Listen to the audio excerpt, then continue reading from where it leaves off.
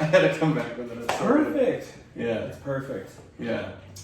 So, you may have noticed that we have these movie posters behind us. I am a collector by nature, and one of the things that I collect is the original movie posters that I have. And we chose for this one because we're doing each week with each episode we're going to do a movie review, an in-depth classic, not like this is a good movie and you should watch it. Like everybody knows Hook is good. Everybody knows Hook is good. It's fine.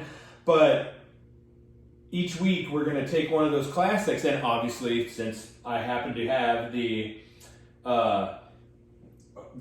preview poster that came out before the movie came out, coming for Christmas, obviously. The Hook, it's beautiful and it glares really well. But I also, in my collection, have the original video release movie poster, which Coutts loves because it says... Well, look at this one. Now available on video cassette, Laserdisc, and 8mm camera. Like, who had that? You don't have any of those? You have I think I have like 3 or 4 of those somewhere. Do you really? Not really. I was going to be like, I don't think I've ever met anyone that has 8mm. Let's watch this on 8mm. Yeah, I've that Beta. Bader. Yeah, I got a I Beta. know, You want to watch it on the VHS or the Beta? I think we had a Bader. But see, man, fuck the I Gotcha. No, so That's I great, think we that's had, great. it's like a masturbate. We did on the Beta itself, we had that too. But never 8mm. No. Never. Now I gotta Never. find out if someone has an 8mm. Yeah. Any of our Any our listeners or watchers, do you guys have? If you have classic 8mm movies that you can't even play, send us one. We just want to have one just to be able to say that we have a millimeter. Right, I don't even know. Yeah. It could be my most hated movie, which is Sound of Music, by the way. I hate that movie. Wait, The Sound of Music is your most hated movie ever? Of all time. We're gonna... Wow. Between that and Mary Poppins. Oh, what? Okay. So we're gonna have an episode about that. For what? That's gonna be a good one. Well, I love both of those deeply, and I am raised on musicals. So my God, there will be an episode by hook or by crook.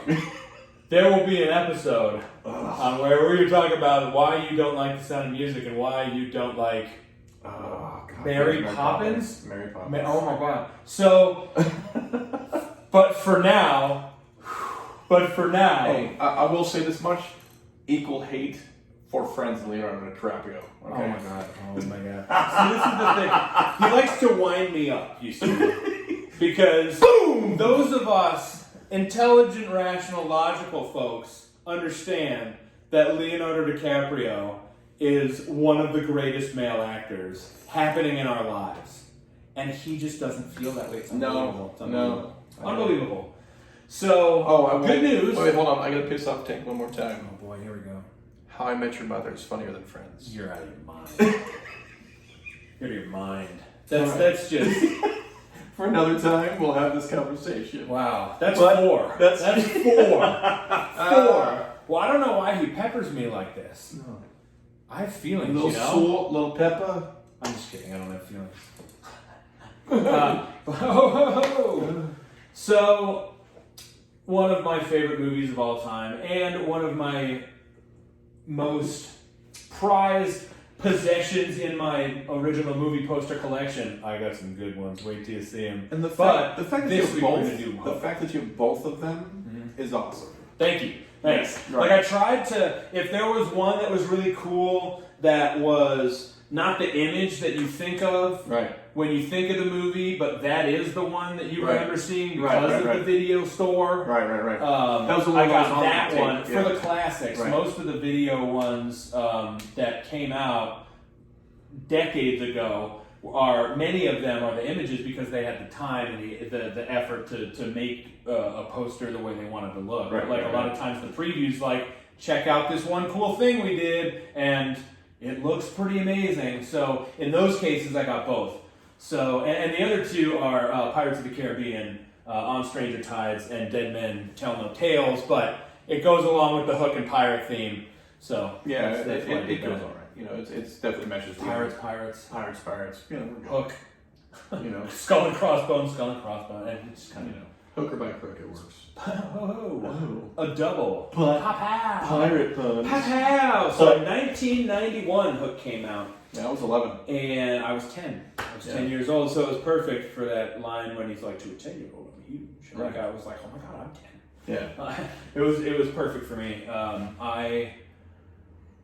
I've got a lot of love for this movie, and we have between us a lot of knowledge and like trivia and tidbits and good thoughts and things that we think about this movie because we watched it hundreds of times. Yeah. We love it a lot, both of us. And for me, it was a centerpiece of my family.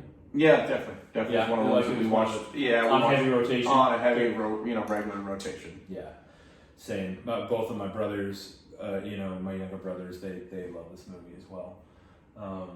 It's a family movie, but one of the things that I like about it is that there's also a lot of adult moments in it too. Yes. It's full of one-liners. Yep. Yeah, it's PG, right? Right. PG. It was PG for the time, but look. Yeah.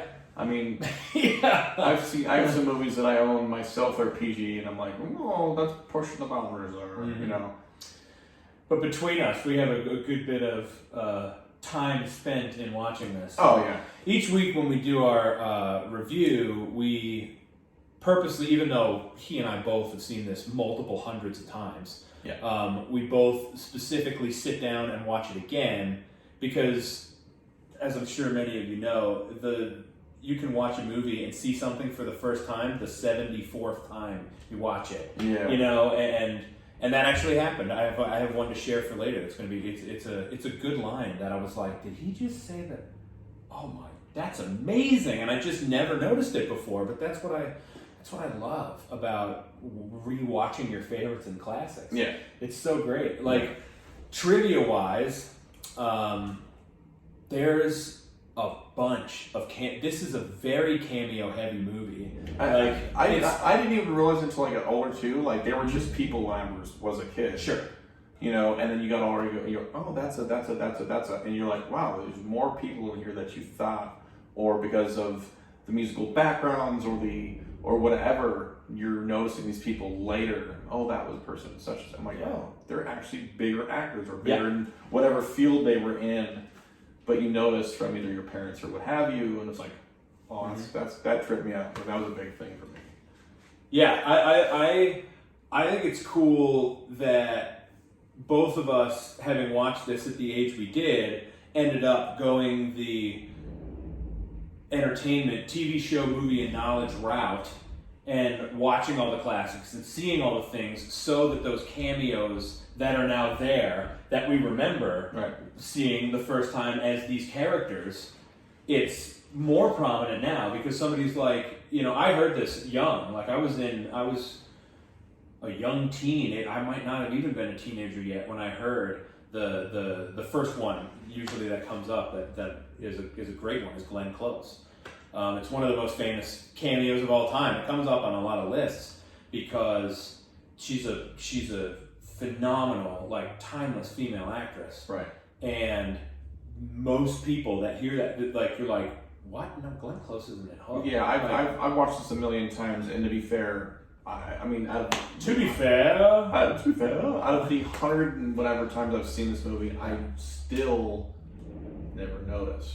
Yeah. And as much as I'm a movie buff, I'm like, what are you talking about? Yeah. I've never seen Glenn Close. So Glenn Close, I'll knock through the cameos and tell you some good ones. Some of which maybe you will have heard before, but altogether maybe there'll be one that you haven't heard of yet.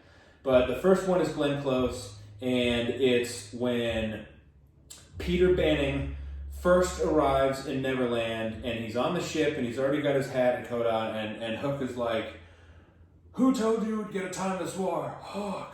Who told you, who went into the other world and stole Pan's children? Hook.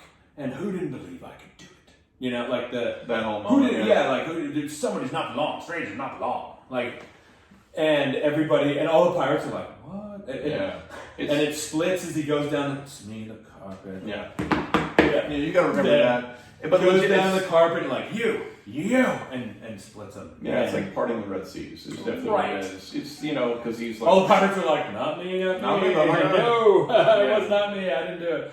And it comes down to and obviously watching it, you think that Robin Williams, that Peter Banning is like, oh my god, like he knows. Yeah. Oh, if you remember too, he kind of moves the eye patch. Like, right. Knows that. I'm like, did anyone notice that but me? Because he's right next to him, and he's like, you know. And I'm like, y'all didn't notice that? He's right in front of you. It's like, down to the two. Right. Like last of them, and you're like, oh no, and it's like you, and it's the other one that didn't believe he could do it and bet against Captain Hook and ended up getting put in the boo box, and then they dropped the scorpions in. That pirate is Glenn Close. So, you know, that's Glenn Close. You know, look next time you watch. I know you're gonna watch it again. Yeah, watch it and look at the eyes of that character at that moment. You'll see it in the eyes. Okay. It's the only time and place you can see it because short, curly pirate hair and a full beard. Well, and here's the thing, and the voice. She does a great job masking the voice, and but it's Glenn Close. Yeah, it's amazing. It's amazing. And the other one, I guess, there's two that aren't really cameos because they appear a couple times. One is Gwyneth Paltrow. That's one of her first. I think it's her second role ever. Yeah, she's Young Wendy. Yeah, Young Wendy. At the first three ages, Peter. That was that was my best. Gwyneth Paltrow in Hook. And to be fair, it's not far off. It's pretty close. Thanks.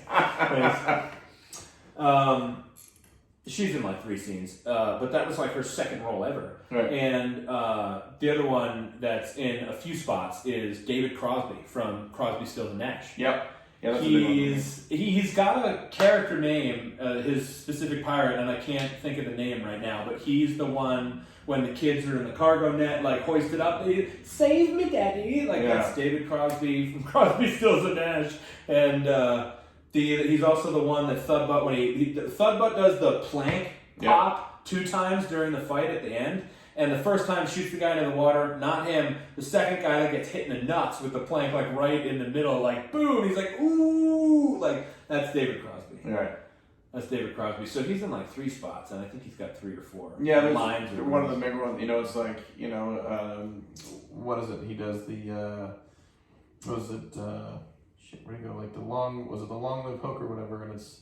Oh yeah, you said long live Hook. Yeah, he's like long live Hook, and it's like, but he pops out of nowhere and it's just randomly like that, and it's almost like, but the camera's definitely on him. Right. But it's a couple seconds each time, like 5 or less, but it's like 3 different times. So technically, it's not cameo because it's a one shot, one. Right. You know, that was his like one spot. Like right. Yeah, he got paid to be in those 3 spots. I don't know. I'm sure. Probably. Yeah. I would imagine so. Like, I would have done it for free. Yeah. They're like, here's $12. Sweet. Yeah, the other one, this one's the only one I haven't seen, like found who specifically it is, but I know what area it's in, but it happens so fast that I just haven't been able to be like, oh, it's that. Jimmy Buffett. Jimmy Buffett is in Hook. And see now. Jimmy Buffett's in Hook. So when he first arrives at Neverland again, and before he's got his pirate costume, no patch, no hat, no life hangs on. The shoe part. The shoe, yes. Okay. When they're like, ooh, look at his shiny blue shoe, pearly shiny shoes or whatever he says. Jimmy Buffett is one of like the 4 or 5 pirates that's trying to steal. You don't know which one it is. Peter Banning's Gucci shoe or Armani shoes, and I haven't. He's the one I haven't been like, oh, it's right here. And that's him, but Jimmy Buffett is one of those pirates trying to steal Peter Banning's shoes when he first arrives in Neverland. Right. Well, now I'm going to find that. And Phil Collins. Yeah, that one's close. So he's the captain, or the police inspector. The police inspector, yeah. Yep. So it's like the head police inspector, which is kind of cool. Yeah, and he does he delivered his lines. He plays a pretty straight up police inspector. Yeah, it's Toodles. Toodles is like, I've forgotten how to fly. And he goes, well, yes, one does. And he walks out. And it's very exactly straight-laced. Okay. He didn't, it was like, all right. But Phil Collins, Genesis. Yep. Follow You, Follow Me, Yep. Sue Studio, Phil Collins. And probably one of the best drummers of all time, but people don't Arguably. credit that. One of the best drummers. Not the, but one of. Yeah, I think Phil Collins is fantastic. Right. Big Genesis fan. Yep. Love me some Phil Collins. Great cameo in there. And the one that I usually get people with, that I say, and people are like, is that true? I did not know that. When Peter Banning is drunk and says, I do not believe in fairies, and then he's, oh, look, stars, and like knocked out, and Tink puts him in a sheet and picks him up, or a blanket or whatever it is, and is sprinkling pixie dust, carrying him off to Neverland to save his kids, despite what Peter Banning thinks. Right. There's a couple on the bridge, and they go over the bridge, and the couple is kissing, and the pixie dust falls on them, and the couple lifts up because they're obviously thinking a happy thought at that moment. Right. And the two of them are kissing and get lifted up by the pixie dust. Those two people, George Lucas and Carrie Fisher. All right. See, that I didn't know. Star Wars cameo, yeah. Right. George Lucas and Carrie Fisher are the two people on the bridge that are kissing that get lifted up by the pixie dust, and that's their cameo. Carrie Fisher, we'll talk about later, was hired to do script work on this movie, and she did one of the lines that's like one of my all-time favorite, for sure, top 50 movie lines, and it's beautiful, and she's responsible for it, basically. So, yeah, Carrie Fisher and George Lucas are the couple kissing on the bridge. Oh, that's amazing. That's something I didn't know. And Isn't that that's cool? one of the hands. I'm like, oh, all right. So, what? So those three I didn't know. Those two, the Glenn Close one and the Jimmy Buffett. Which now I'm gonna. I mean, obviously you can't really see those two. I'm still too, dude. I've been trying every time. I'm like, okay, here, Jimmy Buffett's coming. Every time, I just can't get it. I've watched that so many times. I don't have to try and pay attention to the eyes now for Glenn Close. Yeah. That's gonna be. You'll see. Yeah. You'll see. That's when you notice it. When you watch it again, knowing, and you're like, oh my god, that's Glenn Close. Right. It takes you back a little bit, but Right. you're like, oh wow, that's crazy. But yeah, this movie, second star to the right, straight on till morning. Right. Like that's just. I mean, it's one of those great. You can say that, and everybody's gonna know you're talking about Peter Pan somehow. Right. It's either the animated Disney Peter Pan or it's Hook. Right. Like, and when you think about it too, this actually connects to the Disney cartoon a lot. They made a lot of references. Sure. Even the way they made, a lot of the stuff they made, some of the shadows and stuff. It actually all connects. It looks like one from the cartoon, which is pretty awesome. The stuff they go throughout, but it connects fairly well. You're like looking and going, this could be almost a direct sequel without being a sequel because of Disney, whatever. But it legit they made it to be pretty much a sequel from the Disney cartoon. yeah, the only thing, honestly, I can remember being a kid and thinking this, watching it. Like the only possible negative mark in any way, shape, or form that I can make on this movie ever is that there's no Tiger Lily. Tiger Lily's mentioned in the movie, Right. but there's no. The song is, none of the Peter Pan songs. They're like, you can fly. There's no, none of those are in Hook, really. But I will say, adorable Maggie, like his daughter. Yeah. When she sings that love, that's a moment that makes my heart flutter. Yeah. And she's not a singer, and all these parts, she's singing a lullaby. When You're Alone, that Mom Moira used to sing, apparently, but she's the one that's singing it in Neverland. It's so, I remember being a kid and watching it and being like, oh, that was a sweet moment. Yeah. I bet I'll like that when I'm older. And now I'm older, I'm like, that's so adorable. Yeah. Well, it's so you watch adorable. all the pirates on there and they're all like, there's a pirate that does that one. Yeah, Right. I love that. But that's one of the things that you and I both love about this movie is that there's a lot of family stuff ingrained in this. And there's moments in this movie for me now that there's at least there's 3 to 5 moments in the movie where I'm watching it and it makes me drop tears. Yeah. It's so sweet and it's so genuine and it's so real that it makes me emotional about the memory and the time in now, because this is 30 years old. Don't say that. This movie's 30 years old. This year, 2021, 1991. And come So Christmas. isn't that amazing? Yeah, come Christmas Christmas, will be December 30. 11th, 2021 is Hook's 30th anniversary. Jesus. So it's something that we watched as kids, and I had seen the animated Disney Peter Pan plenty of times. before Hook came out, so it was cool. It was one of those first movies that was like an offshoot, not an offshoot, but it was like a retelling of something that I knew, and I was like, oh, you can do that? You can use stories and make them different somehow, because these are real people. Right. The other one's drawn, I know. Like, and oh, cool, you can do it in different ways. Like, that's one of the first forays into that I think I took into my journey. But it's got those moments that make you tear up and make you nostalgic. Yeah, there's definitely quite a few of those for me. We'll go back and forth. You go first. What do you got? I mean, one of the first moments for sure is well, I know for me, definitely when you see Wendy for the first time, you know, you see her, and it's kind of one of those things. It's like she says a moment, and it's almost like you know, she just goes, you know, hello boy, you know.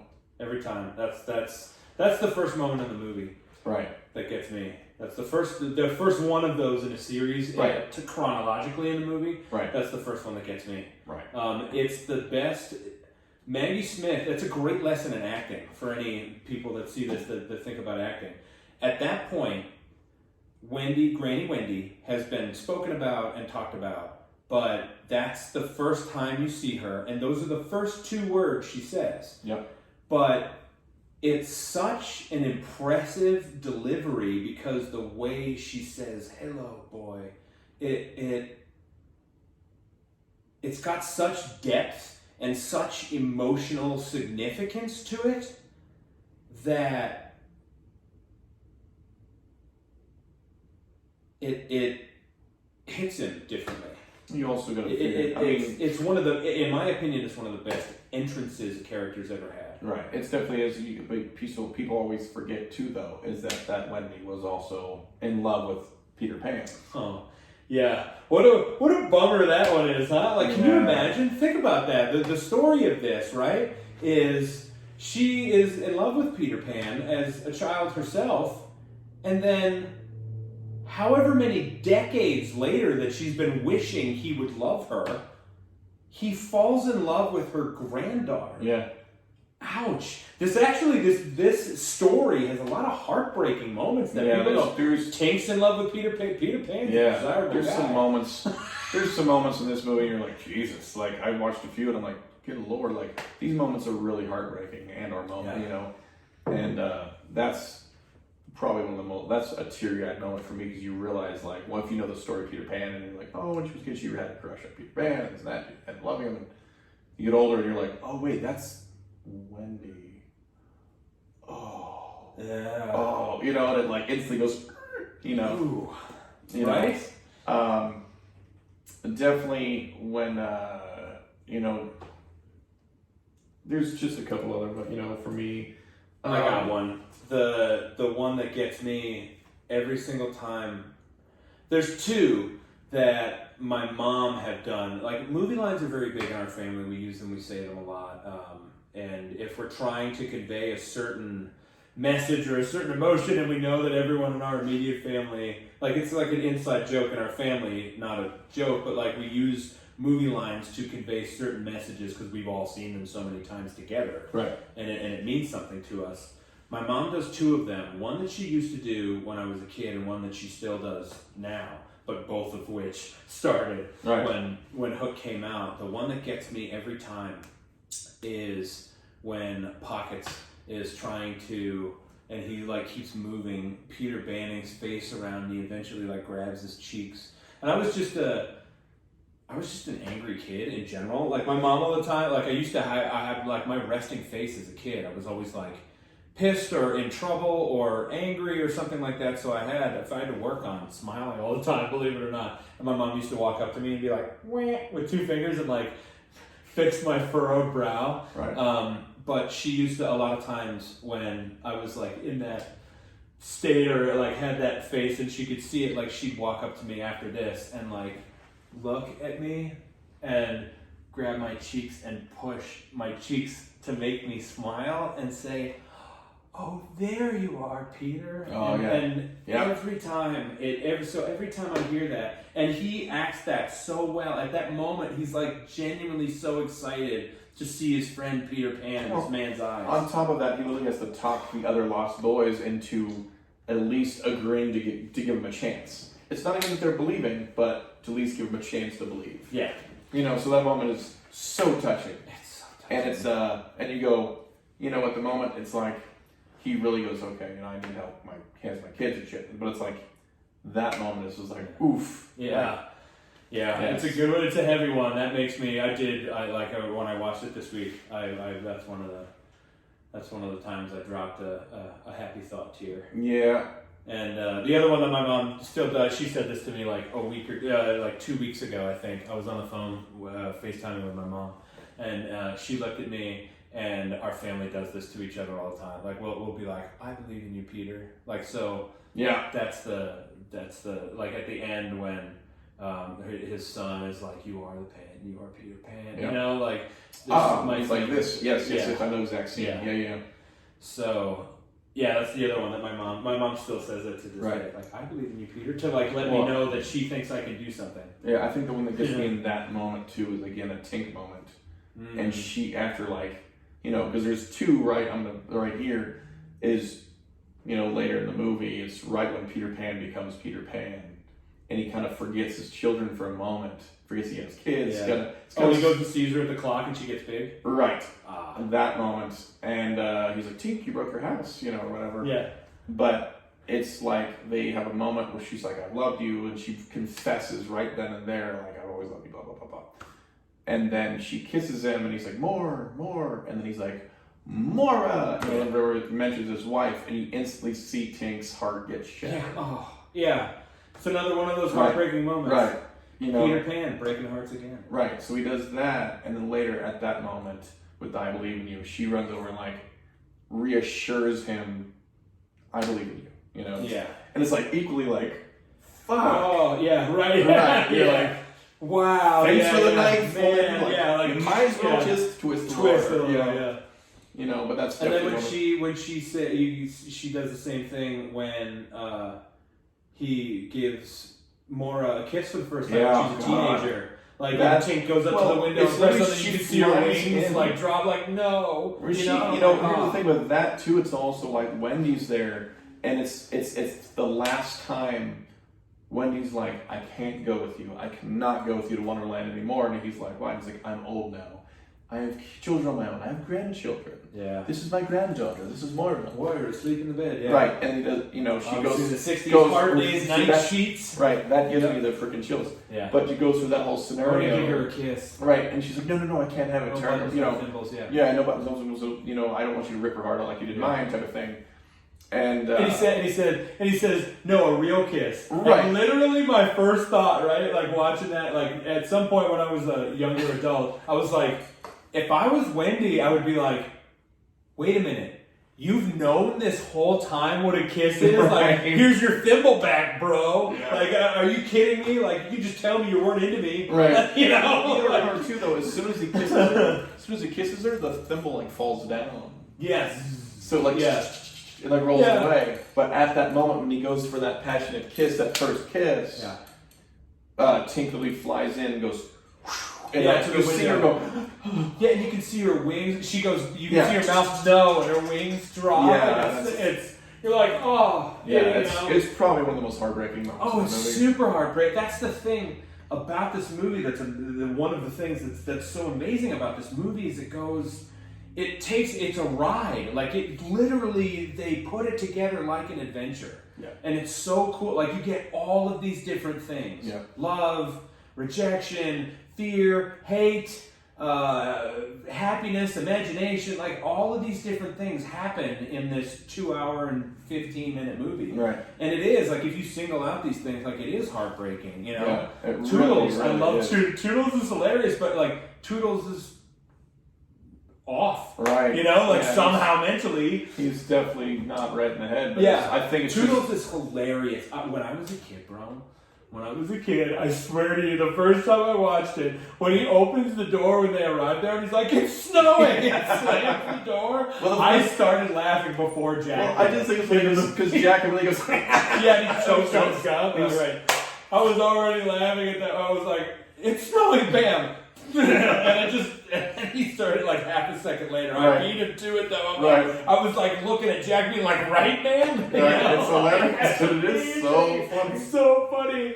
And then, I've lost crawling around. I've lost my marbles. Well, can I help? What's wrong? I've lost my marbles. Oh, okay.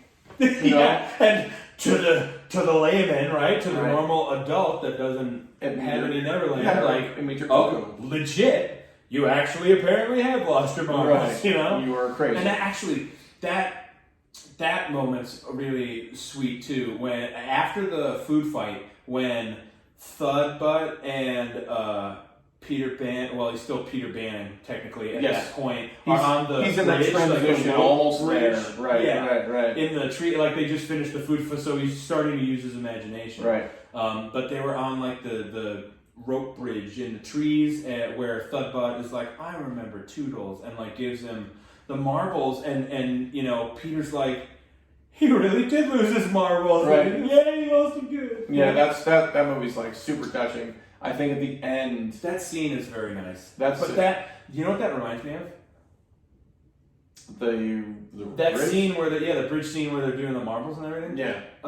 Return of the Jedi, like the Ewok village. Endor? In Endor, the Ewoks village in the trees. Yeah, I could see that. Exactly. It's almost like they were like. It's there, it's right there. Go. Yeah. Return of the Jedi, Ewok village. So Lucas, I know you're buddies of mine. Do we still have that rope bridge somewhere? Yeah, right. It's over there, bro. Right. Got my backyard. Just jump in that and film a scene. Mind if I use can I moss up an Endor? They're like best buddies and all. I'm sure they have a backyard bridge. I mean, George Lucas is in the movie, right? Wouldn't have been far away to ask. I'm sure he's like, I put you in the movie, but I need your bridge. So, I think one of the most touching moments in that film as well, again with Toodles, and Toodles is like, I missed out on the adventures again, and that's like, oh, you did, but. He instantly goes, hey, here's your marbles, and like give him the marbles, and he's like, I haven't lost them, I found my marbles, right? And it's such a good moment, and then he like takes it and gets so happy, turns a pixie dust, and he flies, and the whole scene, but like, Liza, she's like, like cackles. It's like a weird, thank you. It's like a crazy cackle, and like they all laugh, and they're like, oh my god. Here's the thing, like, why is his wife not freaked out that dude's lying? And whose wife? Like Peter Pan's. Oh, Moira? Yeah. Or Liza. Yeah, for that matter. But like legit, like he's it's like kind of a bummer if you think about that. Like I thought about that. Like, isn't it kind of a bummer that like Moira doesn't get to go? She seems like a pretty straight up lady. Like she's got her wits about her. She's strong. She's right. I was like, man, it's a bummer that Moira doesn't get to go. Like Moira's cool. Like she's always Peter, your daddy. Like all of her scenes are like in great love and support of Peter Pan, and the kids get to go, and Granny Wendy's band, and Toodles' band. Right, legit, everyone minus more on her. My son Liza and her. It's like, all right, cool. Liza seems like the crazy person that's there, but that scream is great. Right, that yell is great. It's just like, Liza, that's how it is. That's totally how it goes to me. I said that, it's just that moment. But that is probably one of them, definitely the most touching. I think the last moment you realize in the movie too, that is the last final shot and moment as you see Toodles flying away. As you see Toodles doing that, and actually, like, after he puts pixie dust, he starts flying away, and Wendy looks at him and goes, so your adventures are over, and everyone's like, and he's like, no, to live will be an adventure. And that moment, and that was just like, like, you realize Peter Pan's adventures are done, and with his Peter Pan moments, he knows they're over, but he has a whole life to live. Right. And you see that, and you're instantly like, that is so nice and touching, yeah. It's but it's a great way to end the film. You see Toodles flying off and the credits roll. Yeah. But it's just like, oh my god, like that moment right there is so fantastic. You know, the whole movie's so fantastic, bro. Yeah. Like, there's just not very much. I really can't identify very many scenes where I am not thinking, man, I love this guy. I can't think of a way this could be any better. Like there's really maybe there's 4 lines in the whole movie that like could have been delivered better, I guess. But like it's so good, and for us, it's a classic, and it's a childhood classic of ours. It's one of those ones I've still enjoyed as I was 11 years old. Yeah. To grow up, and I'll be 41 in a couple weeks. Yeah.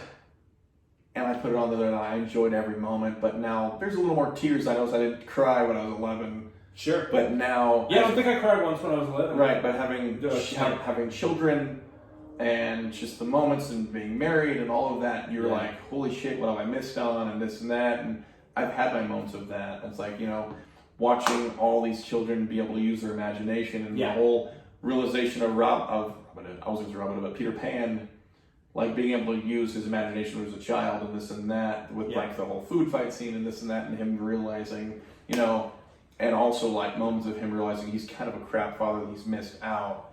And it's like there's so many. My Jack, that that scene. My Jack, like if I that's one of those scenes that I've watched as an adult that makes me think. Like I've never been married, I don't have any kids, but I'm Uncle Tank to many. Right. But I feel that to a degree, but since I don't have children, I can't possibly know parenting wise. But I watch that, and I can feel that emotion comes through because. Even before, when I was a teenager or something, watching it, like, my Jack, when he hits that home run, like, my Jack, I was like, ooh, I bet that's got to be crushing. And that's the moment that breaks him. Right. That he's like, I don't care what this is going to take, I have to do this now. That's the kick in the pants, that's the final, dude, I really have kind of lost my children, especially my son. Yeah.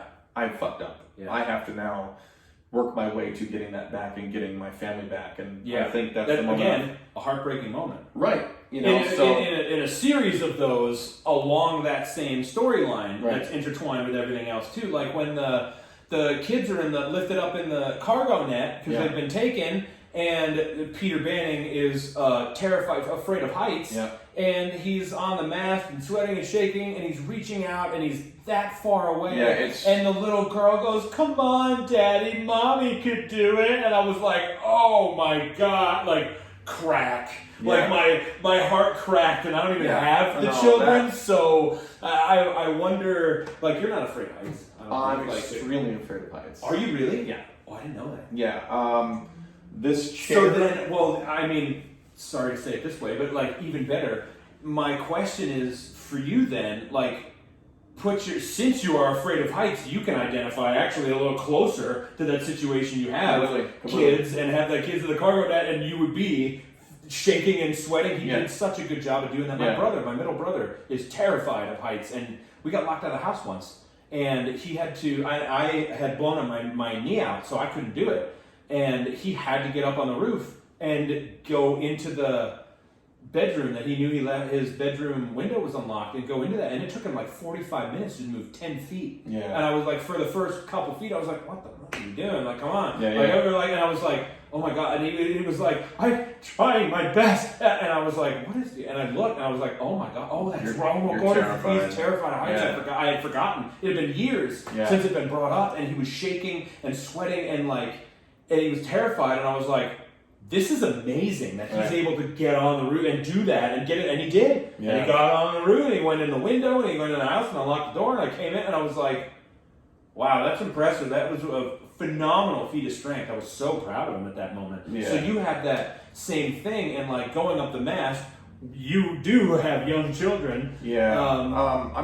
We had a moment. What would that be like? How does that relate for you at that moment now? So like standing on. Because you watched it when you were 10 or 11, but now you're 41. Standing on stools and stuff. This is too high for me. Wow. But for a moment, we went and did. If you go to, we went to Arizona, and they did one of those rope courses, like you climb the trees and whatever. Mm-hmm. So they start off, you go 10 feet up, and it goes gradually higher as the next level you go up. Okay. So each one you climb ropes and lines and run bridges and whatnot. And a la Return of the Jedi. Very much so, yeah. I think they again took a snap photo and just made this tree log house thing. And so they go there, and we, I'm extremely, 5 feet off the ground on the stool is too high for me.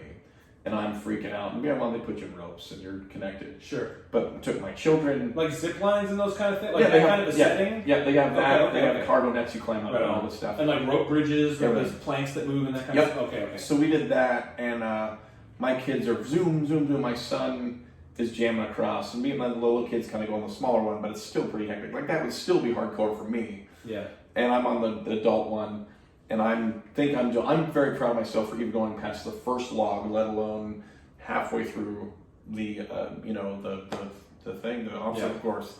And I get there and I make it halfway through or so, and be it mine, I was with my son and my oldest daughter, and I get halfway through, I get this cargo net. Well, she was watching the kids, so she goes after us. Okay. But I'm there, and it's my son, my daughter, and my son and my oldest daughter, and he's jamming, and he's kind of going. We have family friends with us, and they're kind of going and doing their own pace. He lets you go in waves.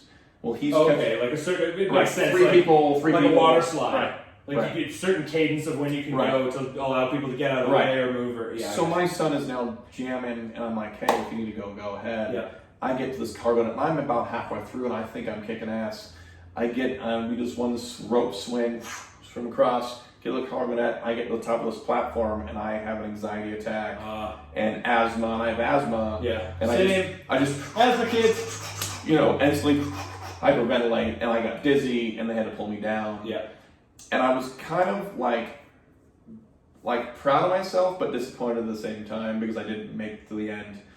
And I'm pretty sure. You can't fault yourself for that. It's not it's not like you're totally fine with everything and you're just like meh and gave up. Like it's a mental block that was genetically put in you. Right. That's there. You can't control your fears. Right. Some people are deathly afraid of spiders, and some people like me are like, oh, look, a spider. I had the sweats, the chills, the whole shebang.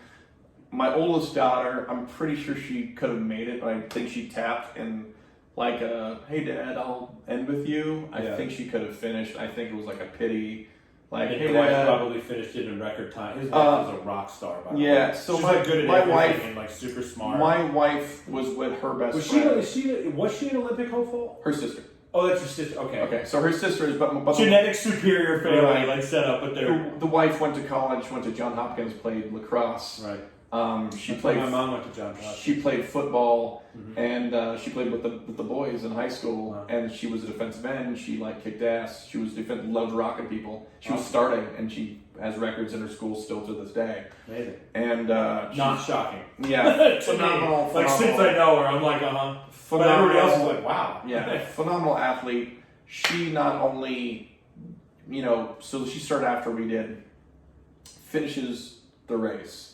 Or the obstacle course, but does it in a record frickin' time. I knew it. I knew something like that was coming. And it's the whole course is like a mile or mile and a half or whatever. Yeah. So she busted out in record's 37 minutes and she did it in 21. Yeah, something retarded. Stupid. Just totally destroys, beats my time halfway through it. Right. Let alone the whole entire course. Figures out how to go this rope and no problem finishes it. And I was so proud of her, but at the same time oh man. So now my goal is to go back and try and finish that thing. But, it's something I'm very proud of my wife and my son for finishing and my wife for finishing. Well, good for you for trying to get through it. But I don't have any of those traditional fears like that. I mean, listen, I don't care who you are. If you stand at the end of a 6,000 foot cliff, you're going to be ooh, you're going to pucker up. Yeah. Everybody does to some extent. Right. I don't care. I don't have a height thing. I really don't. Yeah. I wouldn't because I don't feel the need to tempt, but I could base jump. Obviously that's not, I could, but I don't want to. But I still want to skydive, and I don't get that one. I want to try that once. So if you were on that mast and the kids were in the cargo net, how would that moment as a parent when she delivers that line and you're ooh, That must well, have to hit me, home. like, you see when he goes to grab and he like falls, Yeah. he's so petrified and terrified. And the glasses are all tilted. Right. Yeah, right. Like, that's exactly how I was, especially on this rope thing. Laying there, like, I was freaking out the whole entire time. That is terrifying. Well, good for you for doing any of it. Right. That's surprised. A lot of people are like, nope. Yeah, no. Like, like, yeah, but that's you definitely. know what people would be like if they did that? Good night, Neverland. Oh, maybe. I love that. I've done that. I shared that in a video form once. I've like posted that like before I went to bed at random times on Facebook. I think I might have done it on MySpace even. Like, Right. Like way back, I can remember doing that. But that I love that. Too Small is that character's name that does that. That blows the light out with the raspberry. Adorable moment. Like that's another one. Like sometimes before I'm falling asleep, like before I'm about to turn the light out, like that pops into my head. I'm like, good night. Like, it's hilarious. And then actually another thing that happens in that movie, that if you like have received happy birthday messages from me for like 2 decades, like whether MySpace or Facebook or text, or I even have said it on the phone, like on calls, I'll say happy birthday, BERFDAY. Right. Because I know that I was like a really good spelling bee champ, like as a kid. And you a grammar Nazi? Yeah, I was. Hardcore. Like the older I get, the better I get about it. But I was that guy that'd be like, I think you meant which and not whom. Yeah. You know, like when I was like 21, and then like I used to do it like early days on Facebook. Yeah. I would do that, and people would comment like, "Oh, don't you seem like a bunch of fun?" Yeah, and I'm like, you're definitely right to hang around. Yeah, right. Okay, yeah, my bad. And like, so the older I get, the better I get about it. But yes, I absolutely am. Yeah. So when they're doing the think a happy thought, when they're trying to get him to fly and shooting him through the catapult, and they all have like signs that they're holding with like their happy thoughts. One of the ones I noticed, it was birthday, BERFDAY. Spelled incorrectly because I noticed it. I was like, he means birthday. Like, and I was 10. I was really into spelling at that time, and that just stuck in my head. So all the time, like happy birthday messages I've sent hundreds and hundreds and hundreds over the years. Yeah. I love that. How about some tidbits? One of the little tidbits from Hook. Yeah. How about did you know that bangarang is a real word? No, that I did not know. Bangarang is an actual real word. It's Jamaican, which kind of makes it, if you think about like bangarang, think about saying it in a Jamaican accent, and you're like, all right, actually that fits. But it's Jamaican for, it's slang for uproar, disorder, or disturbance. Well, that's cool. Isn't that cool? Like bangarang is a Jamaican slang term for uproar, disorder, or disturbance, which is super cool. I love Dustin Hoffman. Yeah. To this day, like his close friend Gene Hackman, his best friend, like talked about him earlier in the Quick and the Dead. Yeah. They call him Hook. That's his nickname. Dustin Hoffman's nickname is Hook, like among his friends to this day, because like Gene Hackman said it like within a year of this movie coming out, and then it stuck. Like his friends started calling him Hook. He's just Hook forever on, you know. Yeah, it's like a joke between actors. Like, I'm just going to call you Hook from now on, and like everybody that was there was like, you know what?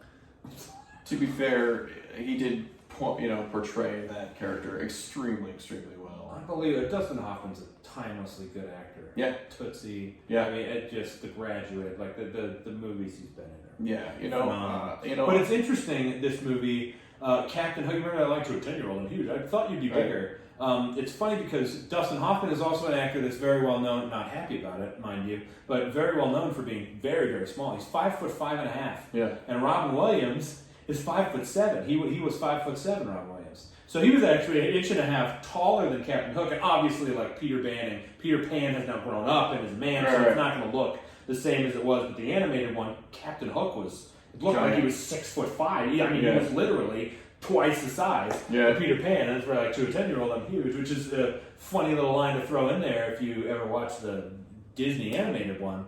But you'll notice because Dustin Hoffman's so short, apparently he wore lifts during the movie at certain times, but if you go back and watch it, the majority of the times that they're shooting a scene with Dustin Hoffman, he's being shot up.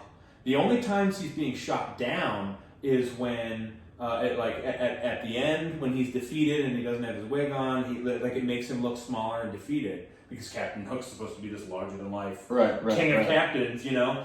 And he just is not a tall person. Right.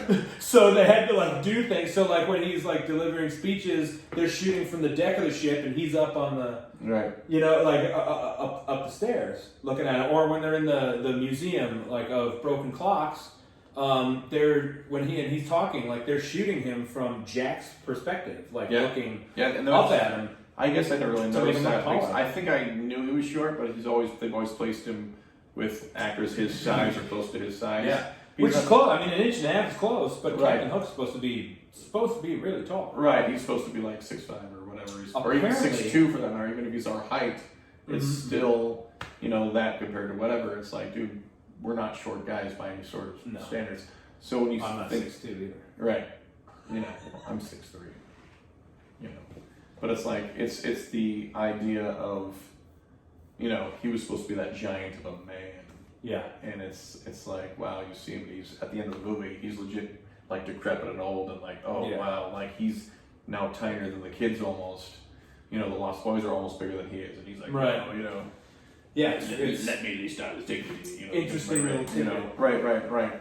Little tidbit I had is we obviously know Rufio, who's probably hands down one of the most famous characters in the movie, and because every time he comes on, everyone's doing the Rufio chant, the Rufio, Rufio, Rufio. Yep. There was a pop punk band back in late 90s, early 2000s, named themselves Rufio. Yep. If anyone remembers them or listened to pop punk or punk at the time, this band was really good, solid band. The only problem is, before they'd come out on stage, people would cheer and chant, do the Rufio chant. Rufio. They'd do the whole thing. The band got so annoyed by it and actually wrote a disclaimer or put something out saying, we don't want you to do the Rufio chant, it annoys us. Well, that's stupid. And here's the thing, you have a band that started the how name. How many listeners did they lose? Oh, they lost at least half. Half of them are that's stupid. There's a lot of, there's bands and people seem to forget that you're there and have the money and the status. People as artists a lot of times don't care. Right. But you're there because of what people like, and when you say I don't care that you like this, stop it. Right. It makes everybody be, oh, okay. Radiohead was like that. With so many bands are like that with so many different songs. But with Creep, one of my favorite songs of all time, top 50 or 100. And arguably one of the best alternative and pop songs of all time. It's phenomenal. Creep by Radiohead is great, but for years and years he was we don't identify with that song, we don't like it, we're not singing it. They refused to sing it for years and years, and they started doing it, and then when they decided they were going to start doing it again because people were complaining that they weren't playing it, they were fine, we'll do it, but we don't care. Right. And we're give the people what they want. How much money did you make off of that song? Right. I mean, it's one of the most played and covered tunes of all time. They're making coin, on the end every time. So play it. Band covered. You're the one who created it. Right. I didn't ask you to make it. You made it. And gave it to us, and then we said, "Hey, do that." You chose the band name Rufio. Right. There's no way it didn't cross your mind. Oh yeah. Here's the thing: with a sold-out show, and you're complaining they're doing the chant, but you picked the name from the fucking. Nobody in the hair. Oh, no, the singer did. The singer did it, and everything. And That's ridiculous. Yeah. So instantly, he even said something like that at the show, and it was everyone's and fucked off. I stopped listening to him immediately after that. Yeah, I bet. Yeah, and I was all right, too. Bye-bye. I was dude, I'm out. Did you know that among, for a time, I guess, with Steven Spielberg and the many of the production assistants, that Julia Roberts was referred to as Tinker Hell? Oh. Because she was a, I've heard she was a tyrant or bitchy, I guess. It was at the same time that she got married to Kiefer Sutherland or got it annulled and divorced to Kiefer Sutherland. There was and she went away for a long time. They were you're gonna get fired if you don't come and finish this movie, and they forced her, and it was bad, I guess. And I was oh well, she's a phenomenal actress because I really didn't know until I learned that. The whole time you see she has either a smile or whatever, she acts through it solidly. Yeah. And to be fair, in every film she's in, she's always the sweetheart or you know, the nice person. So it's like when you see that somehow endearing in most right. roles. Yeah. Right. So it's like to hear that she was just kind of a shitty person is like, really? She plays very well. I guess. Which is surprising because like a lot of those people aren't like the most amazing actors. Yeah. And she's a phenomenal actor. Right. She actually has some great great roles. Yeah. You know? So like, but not like Katherine Heigl. Like she's a thespian Zilla. Right. You know that like, right. But what awesome role she had? I really don't know. I mean, she's had some good roles. Like I'm not gonna. She's had a career. Like, she's got a really successful career. Like 27 Dresses is a good movie. It's a rom-com. Like, but it's a good movie. Grey's Anatomy. She was in Grey's Anatomy at the beginning. Right, but at the outset, it's been on for 742 years. I honestly don't remember. She was still on the show when I stopped watching. Right. But she was on there for years. She Knocked Up. That movie's great. I think that movie's hilarious. I rewatched it. It didn't.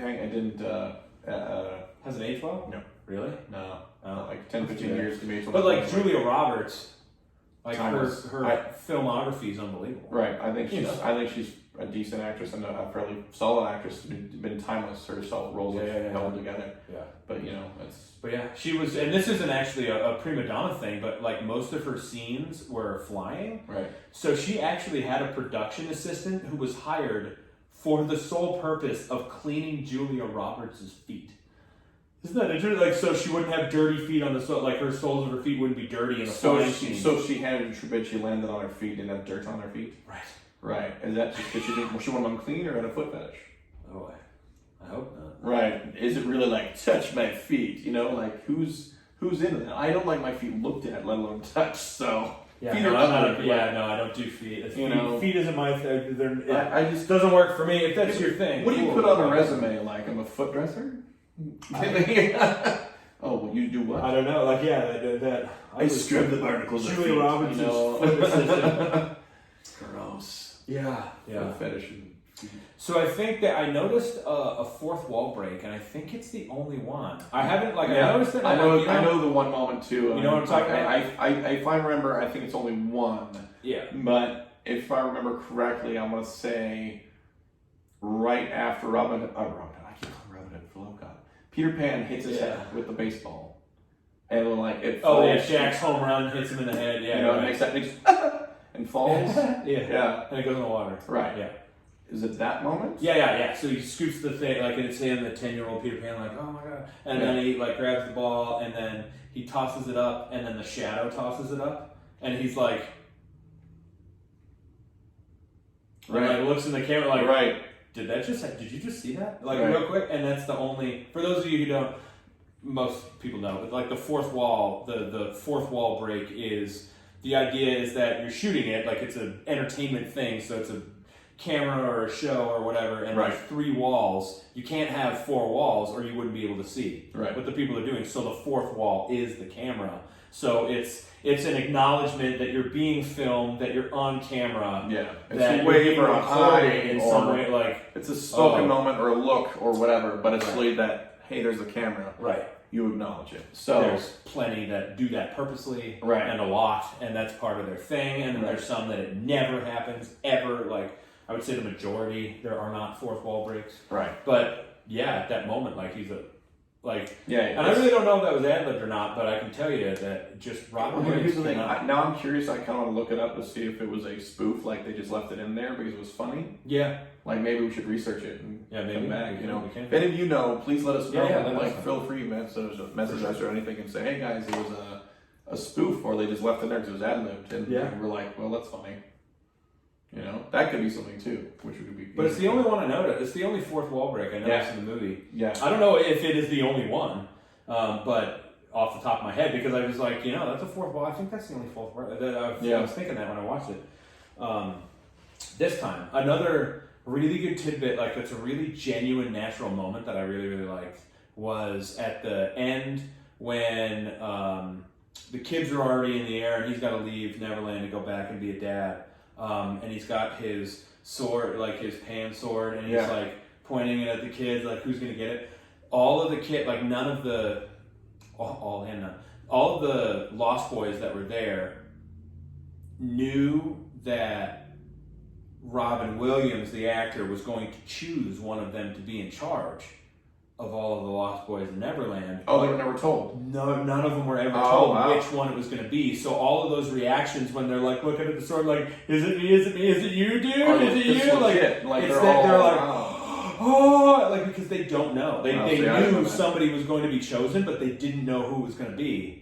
So while he was waving the sword, like the butt of the sword, in front of them, all of those reactions are genuine, and then he chews his thud, and he's like, oh, like it was so that actual genuine smile and genuine whole like warm moment is because none of them really fucking knew what it was. They had no idea. None of them. Right, that's awesome. None of them did. Isn't that really cool? Yeah, like I thought that was a really like cool little piece of knowledge. Yeah, that I had no clue, but that's interesting. And that's just like that's not to mention the line. Let's talk about the lines. There's some amazing like timeless lines in this movie. Yeah. And this I had mentioned before was one of the things that I noticed. Yeah. That when I watched it this week, it was the first time I ever heard it, and I'm like, did he just say that?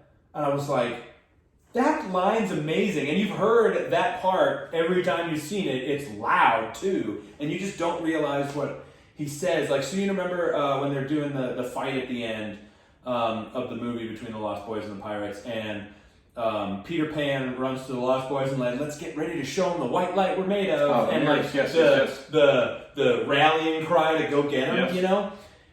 Hook's response, and you remember, like, do charge! And everybody remembers the charge. Do you know what the sentence is before he says charge? No. It's amazing. Dude, if I ever coach again, I'm going to store this one away, and I'm going to use this. Yeah. Because I've been in situations in sports moments where you need a lot of big push at the end, or I've been in like group fight situations where that's the same thing. Like, it's going to go down, like, let's go, right? He says, this is the sentence he says before charge.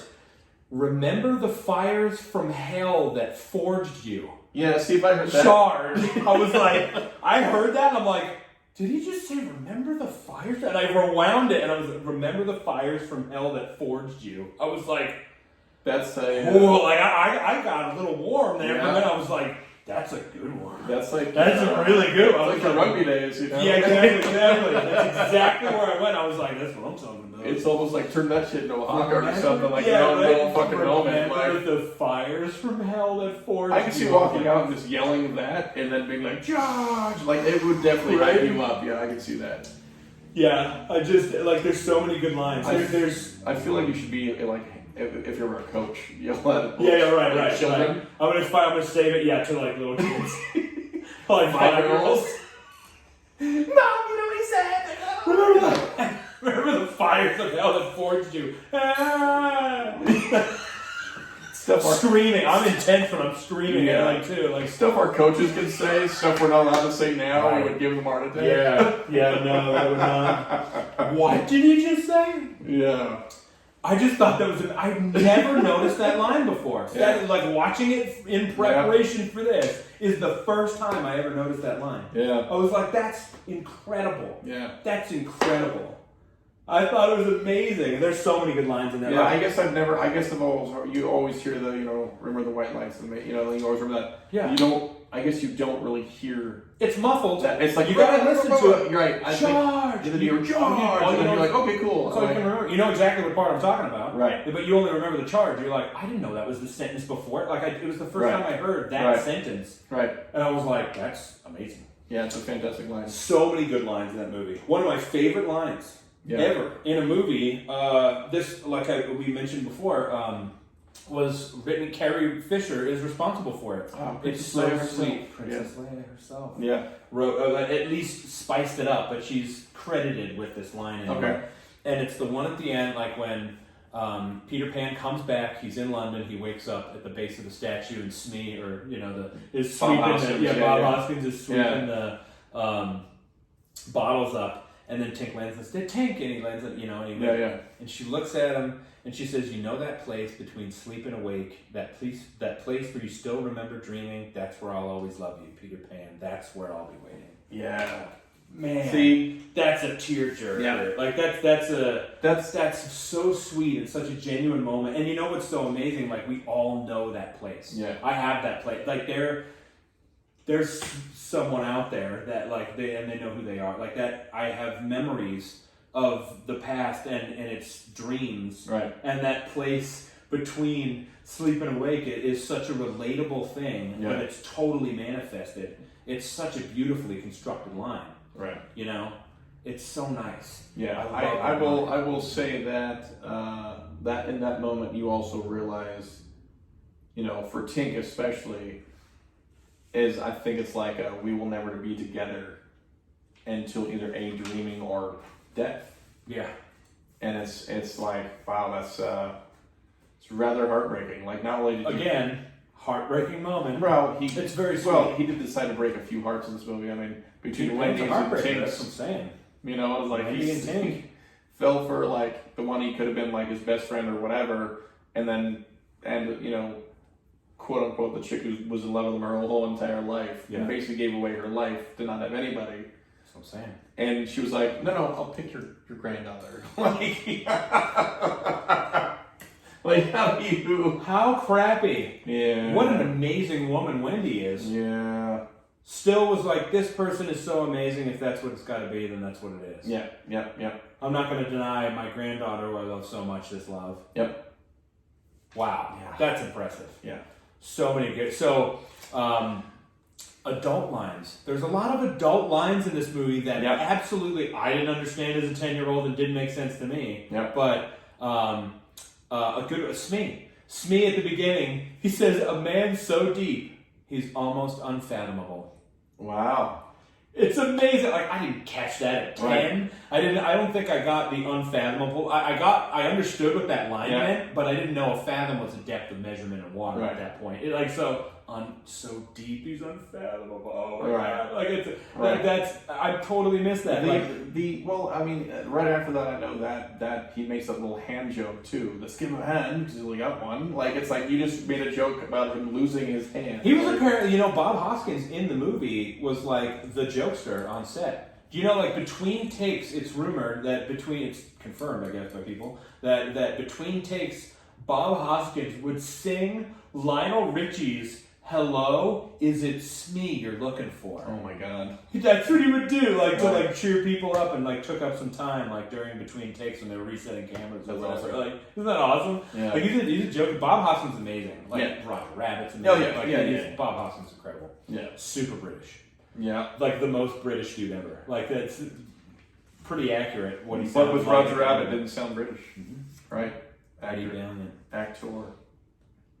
Gandhi ate more than this. At the food fight scene, again, I know who Gandhi was. Even at 10, I knew who Gandhi was, but I didn't know the starvation and the food deprivation and the strikes, the hunger strikes. But he was eating a piece of rice. Right. And very, very little. In some cases, nothing. For long periods of time. Makes more sense now. And right after that, this one is right on the PG line, Yeah. He looks at it, he's nearsighted gynecologist. And you're like, yeah, okay. I didn't grasp that. I knew what a gynecologist was, but I was 10 years old. I didn't need to know what a gynecologist was. 10, I didn't really know what a gyno, didn't really know. You didn't have to. Neither did any of the Lost Boys. Right. That's why I don't think any one of them responded to it. Right. So I didn't know what chuckle. The thing went, it went but over. That's an adult line. You know what I mean? And we've said a couple of times already. Little they'll put little snippets in there right when they arrived at the house by hook or by crook. Yeah. And I'm like, oh. Yep. As an adult, you watch it, you're like, I get it. Yep. I get it. I love this movie. Absolutely. Final thoughts. This movie, watching it now after 30 years, in a way, it's almost mildly disappointing that the story, the base plot overview of Hook kind of is about life because, whoa, man. Yeah. It kind of is because when I was 10 when I watched it for the first time, and it was about adventures and riding bikes and running around the woods and playing on rope swings and climbing trees. That's what I was doing. It was about adventures. I was a lost boy, I felt, And now I'm just about 40 and we have to do all this crap that's like adulting and laundry and dishes and grocery shopping and going to doctor's appointments and like all that. You gotta do it. It's important, but like this movie now at 30 years later, also still weird to say, even however long it's been later. It reminds me that like, hey, there's still a fun, imaginative, awesome, adventurous spirit inside of you. Right. You should spend some time on that too.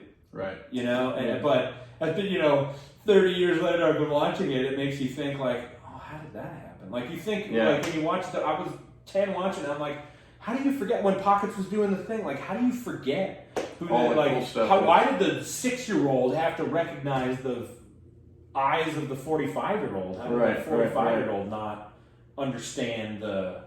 Right, how did he not get in who he was? How can you possibly forget these are your people? And right, and then how do you like, forget who you were for that matter? So it was like, because stuff like so that. much time goes on. Like I have brain damage from stuff, and I forget stuff. I do, and like I get it now, and I'm like, oh man, I didn't know that was real. Yeah, I know. But it reminds me of that childhood adventure spirit, and that's what I love. Right, it's definitely one of those things. I think was for me, the movie definitely holds up still to this day. But I also didn't look at it as the love stories and stuff that were there, the hidden love stories in the background, and the heartache, and you really never don't notice that stuff. No, the Wendy stuff, it didn't really click that. Oh, that was Wendy. Like when I saw the cartoon, that's it just kind of when I was a kid when I saw this, that oh my god, that was Wendy from the old books and from the cartoons, and that was Wendy that she really loved him, and he did not reciprocate, and give her the kiss. Yeah. And and the same thing with Tink. And Tink's always been jealous, even the cartoon or whatever was always jealous of everything he did and flirted with and everybody, of Wendy or whoever. Tink was jealous. So when him breaking both their hearts to go to Mara, it like you don't realize all of the heartbreak and all of everything that's there, and like wow, there's a lot of heart and heartbreak in this film. Yeah, there is. And it's a lot of happy moments and sad moments. But stuff that I didn't cry when I was a kid and see it now, and all of it goes, now it gets you. Woof, Because it's been a mainstay for 30 years in our lives. Right. That it means something to us now because it gets associated with memories that we now have that we didn't have at the time. Right. Which is so cool. And for instance, now I'm an adult. I thought it was cool when I was a kid, but as a design element in a home, I desperately want that hook latch from the window that closes on it. The thing is amazing. Yeah. You still to this last time, every time I've ever watched it, when the kids are about to get taken and it's squeaking like it gives you goosebumps. I know what's gonna happen, and I know at the end of the movie it'll be okay. But every time I'm like, ooh. Well, once that the goes squeaking up, and the green lights, green and yellow lights, and the blankets, and the kids like screaming. Speaking of the kids are screaming, one of the things that I remember specifically thinking at age 10 when I watched this early on, because we bought it on video very quickly after it was available, within the first week probably. We had it quick. And when the kids are screaming, so they come home from the thing, and the windows are broken and the hook's torn, the thing all the way through up the stairs. And then they get to the top of the stairs, and there's Liza, breathing heavy. The door hit me, and the kids were screaming. And I was like, well, when did this happen then? Did they just walk in, within a minute after this happening? Right. Because, and then I thought about the fact that she, keeled over when the kids were being taken at the function. Yeah, Wendy at the function. So minimum 30 minutes. At the absolute most, it would take her 30 minutes to, say, oh, thank you for coming, and make her way out for stuff, get to the car, drive home, in the taxi, drive home, Neville, haha, is that English? Again, Robin Williams adds that line.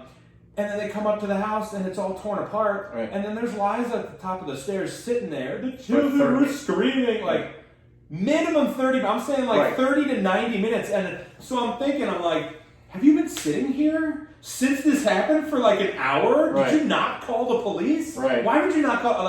If that door knocked you out, and she didn't have a big bleeding egg in her head, clearly she got hit by the door, but even if it knocked her out, it didn't knock her out for No, not enough for anything. 30 to 90 Yeah. minutes, like, Right. in any event, like, so Well, here's the you thing just been between- chilling at the top of the stairs, Her, like, the dog, and and you Toodles. just go in and check it out, like, Right. Yeah, no one left to look at the door. like Yeah. yeah, and then there was a dagger sticking in the back of the door. Right. Didn't mention that. Yeah, didn't notice that really. That was a either. little questionable. I feel like I was like, so you just been chilling. Yeah. You heard the screaming kids, and you were like, "Oh, got hit by the door. I'm just gonna sit down I'm here and gonna wait chill for out and wait other for an people to hour." come home." Yeah. Well, and look at it this way too. Why Like, did you not have called the police already? how come everyone in the audience clapping didn't notice Wendy collapsing? Like, you know, she collapses. I but- think like Maura and Peter grabbed her, Right, like, but no, they didn't but, stop clapping. But Nobody not, stopped not clapping. one person is like, oh, you know, Yeah. or whatever. They're like, oh shit, you know.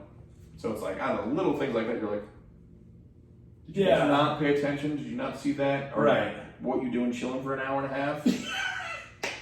At the top of the stairs, on the children were Right? screaming. Still going, ah, you know, whatever. So what?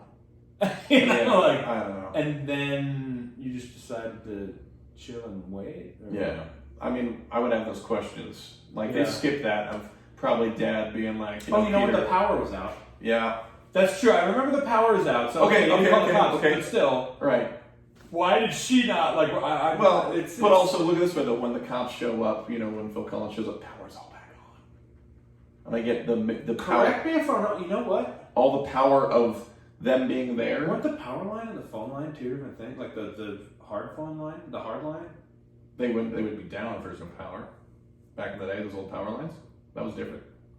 What was that? If there's no power, it's electrical. God, I don't remember. We all have cell phones now. Yeah. That's funny. But that's being said, like the power's back on and everything's there once, you know, Hook or whoever leaves. That's true. Like, well, Right. yeah. That No, mystical no. moment. When they got home and they tried to flip the lights, Right, switch, the power was but off. when Smee, But when- or I'm sorry, when when Liza's still Collins- freaking out, Yeah. when she's still like freaking out upstairs, Yeah. everything's still yellow and everything's still weird.